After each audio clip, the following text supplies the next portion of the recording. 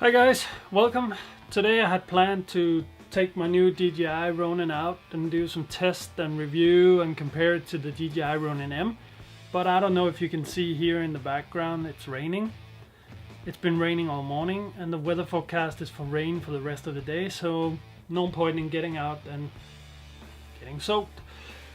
So instead I'm gonna do a hopefully fairly fast and short video showing you how to assemble, balance and set up your DJI Ronin S through the app. So make sure you've downloaded the DJI Ronin app from either the App Store or Google Play or wherever you're downloading it.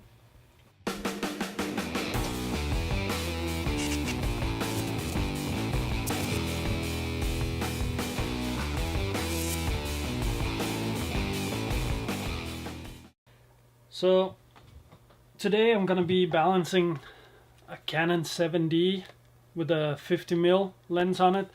Fairly old and heavy setup, but still good. If you're balancing, say, a larger zoom lens, then you might want to use the included dovetail lens support, or you might need the riser plate depending on your setup, but today we're not going to use it. Oh yeah, and one quick tip: when balancing on a larger zoom which extends a little bit from the camera, I prefer to put the zoom somewhere right in the middle when doing the balancing, and then the motor's gonna have to work a little bit harder when the zoom is all the way in or it's all the way out. But I usually get a fairly good result by setting the zoom to somewhere around the middle and then do the balancing. Another tip is to remove the lens cap before we do the balancing, otherwise it might be tossed just a little bit off balance. These motors on the Ronin S is very powerful and they will pick up the slack, but the more that the motors have to work, the more you wear them out, or the faster you wear them out. So might as well protect your gear. These things don't come cheap. So let's get into it. First thing we need to do is take the mounting plate. And you might be thinking, well, can I use my Manfrotto style plate instead of the DJI provided one? And no, you cannot. There are some differences in the way that these are set up, and I am gonna modify this to fit on the Manfrotto video heads because it sort of doesn't make sense that it shouldn't fit. So DJI, why? All right. We take the screw. Normally on the Manfrotto plates, at least, there's a hole with a rubber thing that you just push the screw through, but here you have to thread the screw through, and this can actually be more difficult to line up than actually balancing the gimbal itself. So let me just see if I can do it real fast.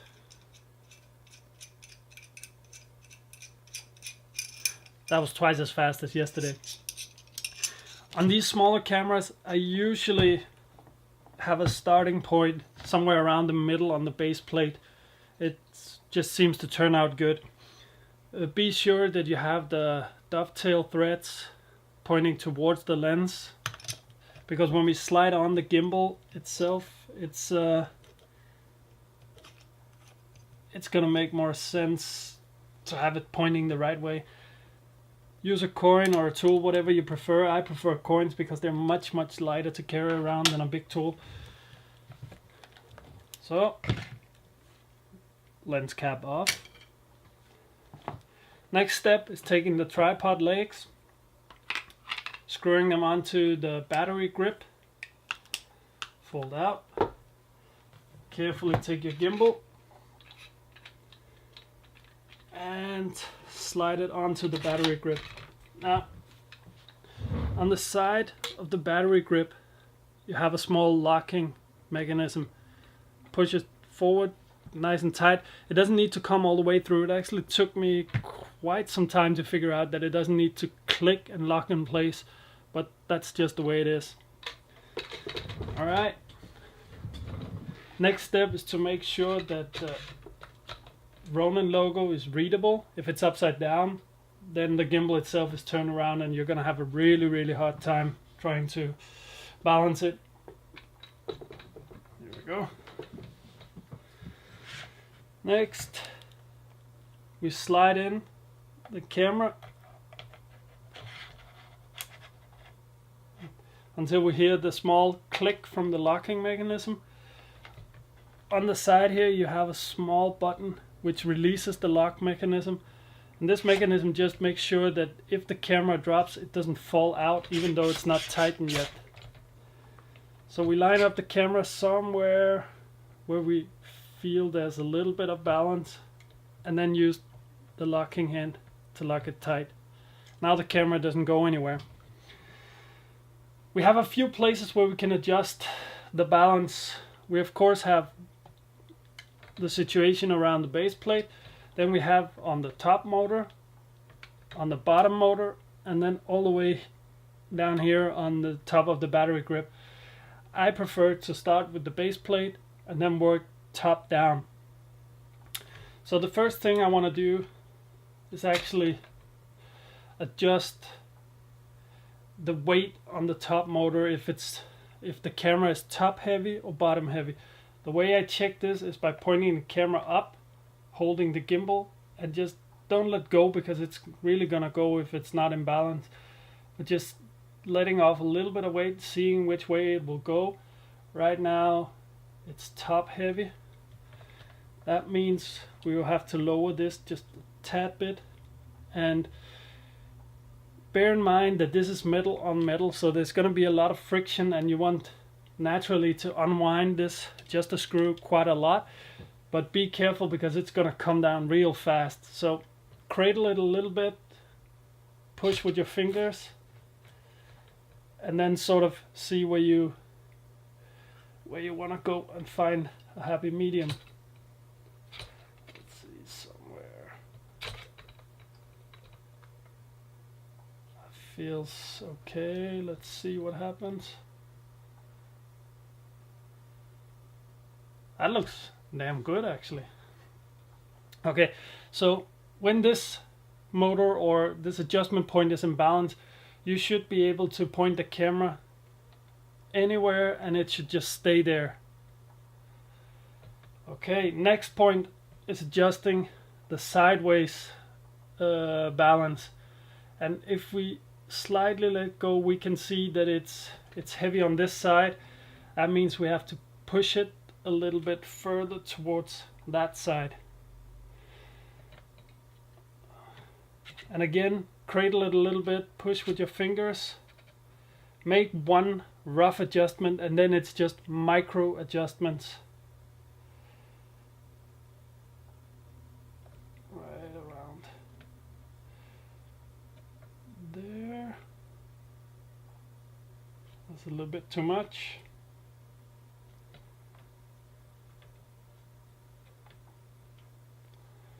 That looks good. Tighten that one down. Again, just like the top, we should be able to put the camera in at any angle and it should just stay there. Alright, last point of balance is on the top of the battery grip. There are several ways that you can test this, but what I like to do is just on the tripod legs itself, just lean it a little bit and see what it wants to do.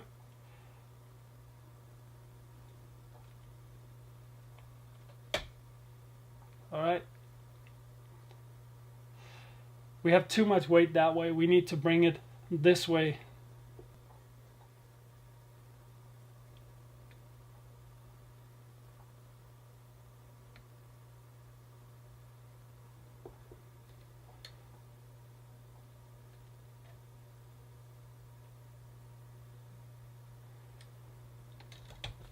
Let's try again.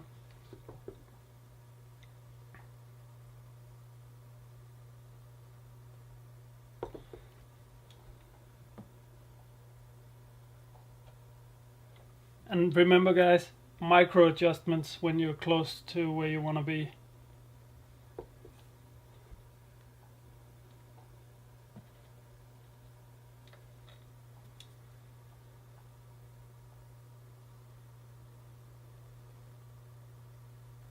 Looks damn good. Alright.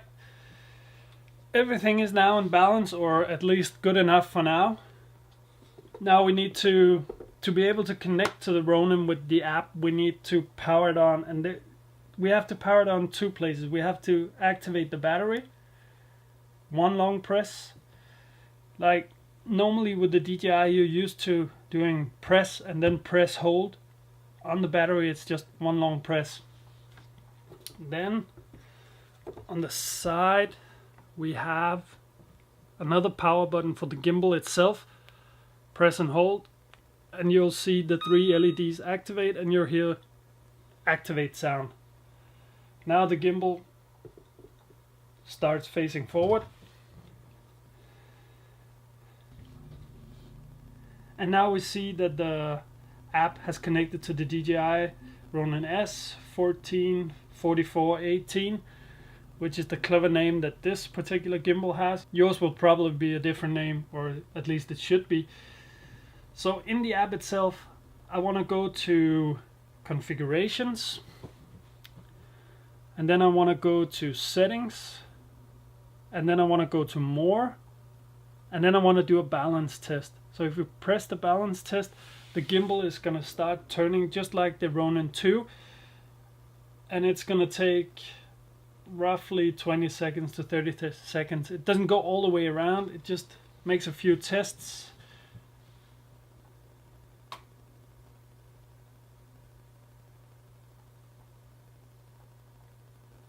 And the test results, excellent. Well, that's perfect. Now in here in the more, you can also do a system calibration. If you start to get some weird drifting or something happens that you're not really sure why happens, then go in and do a system calibration. But right now it's working, so no need to do it. If we go back to general, we have a few options here that is really nice to know. The first one being handheld. Normally when you carry around the gimbal and you're walking slowly and you have control of the situation, you want to use handheld, but you can also change it to car mount. Now what that does is just by clicking it once for car mount, it will increase the resistance on the motors. So if you're hanging out of a car window, it will increase the resistance on the motors just to sort of take out the play from the wind and make the gimbal stable. Just take account for the wind. So walking around, use handheld. If we go back to the main screen, you can see at the top we have user 1. We have 3 users that we can choose from. We can also use the little M button here to switch between users, and you can see the LED jumps around. And you can also see on the screen that it changes on the top from user 3 to 1 and so on. Right now we're gonna use user 1. Then if we go into smooth track, you can see that I have smooth track enabled on the pan, and I also have the push pan. Push pan means that I can pan the gimbal and it will stay in that position. I can center it up by double clicking the button on the front. You can adjust your speed, deadband and sensitivity. The speed is how fast the gimbal reacts when moving it. I like to keep it low when walking around and doing weddings or events or anything, because I want those slow cinematic moves, right? The deadband, it's how the gimbal itself is reacting to movement. So a better word might be tolerance, I don't know. But if we have it at low, you can see that it, whenever we turn the gimbal, it sort of tracks, or it moves along with you. If we in turn set it to high, then you can see that we can move it a lot more before it starts to move. It's gonna come there and it's gonna follow your moves, but it just takes a little bit longer. So I like to keep it at low for walking around, because again, the cinematic shots. If we go into motor parameters, there's one thing that we can do, and that's the auto tune. And if we press yes to auto tune, the gimbal is going to start shake.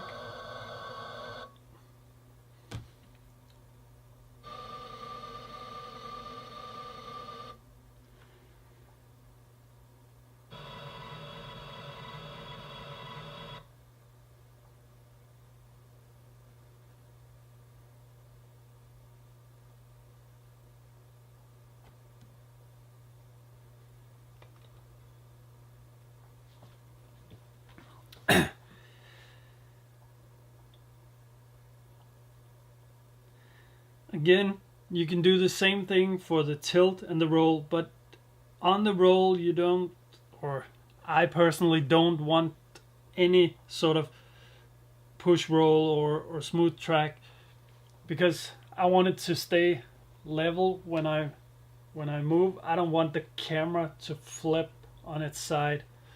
But you might want that if you're doing like maybe a music video or something else that's a little bit more creative. Then this is the place you go to sort of get those movements. If we go into motor parameters, we have an option for an auto tune, and I recommend doing this before using the gimbal. So if we press yes to auto tune, the gimbal is gonna start shaking and making a lot of noise to tune it in.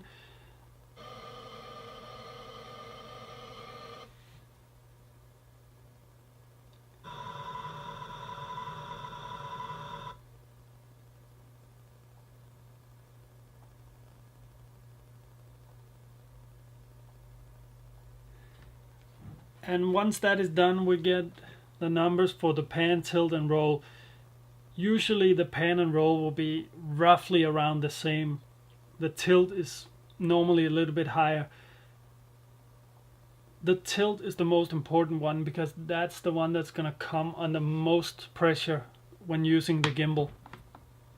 We have very little room for adjusting the pan and the roll, but the tilt, depending on what lens we have on, we might have more or less weight. So it's really important to have that low, maybe around 30 or something. So if you push the 35, then you can just tap the minus and come down to 30, and then tap somewhere else, and that's done deal. Alright, now let's go into the control settings.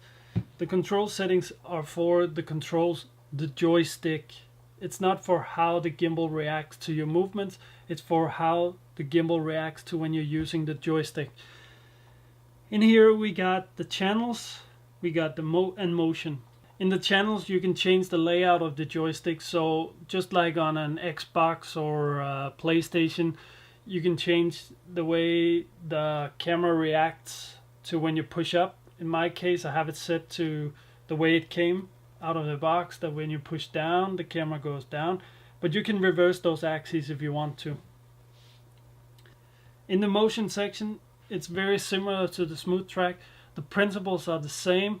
Just remember, it's for the joystick and the way the joystick reacts to when using it. Here on the deadband, max speed and smoothing, I'd like to keep the deadband and the max speed at low for walking around, meaning that I don't have to do that much to get it to move, and then I like it to be slow. But you can set it up to go fast. Now, for me, smoothing is one of the most important ones, because if you have the smoothing at low, let's just put it at low, and then start moving, then it just, boop, it stops, like real fast. Stop. And if you, for example, go for a high speed, you can see it just stops. This is good for fast-paced action, but not very good for a smooth cinematic slow shot. You don't want those abrupt stops. So what I like to do is keep it at low and then keep the smoothing at high. just like in Smooth Track, you have the customized, and there you can set a percentage of what you want if you want to just fine tune it even more. But for me, the standard settings are good enough. So now we have the slow smooth shot, which comes to a gliding hold. Okay, so for setting up the 360 roll, or as I like to call it, the barrel roll, we need to set that up on a user. And we have the 3 users. I like to use 1 for cinematic shots, 2 for sports shots with a fast pace move. But if we go in and choose user 3, and then we go into control settings, and then we press the little non-available NA on channel 1, and you want to set that to roll. If you don't, then the camera or the gimbal will follow the joystick layouts that you have on the other user profiles, meaning that when we put it down into the flashlight mode, it's gonna do something crazy. So set that to roll, and then on the bottom we need to activate the 3D roll 360. Oh, tough name. Set that to on, and now once that's set up, double tap the button in the front just to make sure that the gimbal is centered up. Tap and hold the button. That will keep the camera focused in that, or oriented in that direction. Lean it forward into flashlight mode, and then here we go. And that's it. That's how simple it is to do the 360 roll. There's a few more functions that I want to show you. I've already shown you the double tap to center up the gimbal. If you triple tap the same button, it will go into vlogger / selfie mode. Just double tap to bring it back. If we press and hold, the camera will lock in place. And we also have the M button right here, and if we press that, it will switch the users on the top, indicated by the LEDs. But if we press and hold, it will turn orange, which brings it into sport mode. Now you can really do fast whips and pans, and as soon as you let go, it's back to normal. Okay guys, that's it. As soon as the weather gets better, I'm gonna head outside and do a test and a review on the DJI Ronin S and compare it a little bit to the DJI Ronin M and give you some pros and cons on each of them. If you have any of these gimbals, I'd love to hear from you in the comments, or if you have any questions, I'll answer as good as I can. Be sure to subscribe, hit the little notification button if you want to stay updated on the future videos. And for now, I just want to say thank you so much for watching. I'll see you in the next video.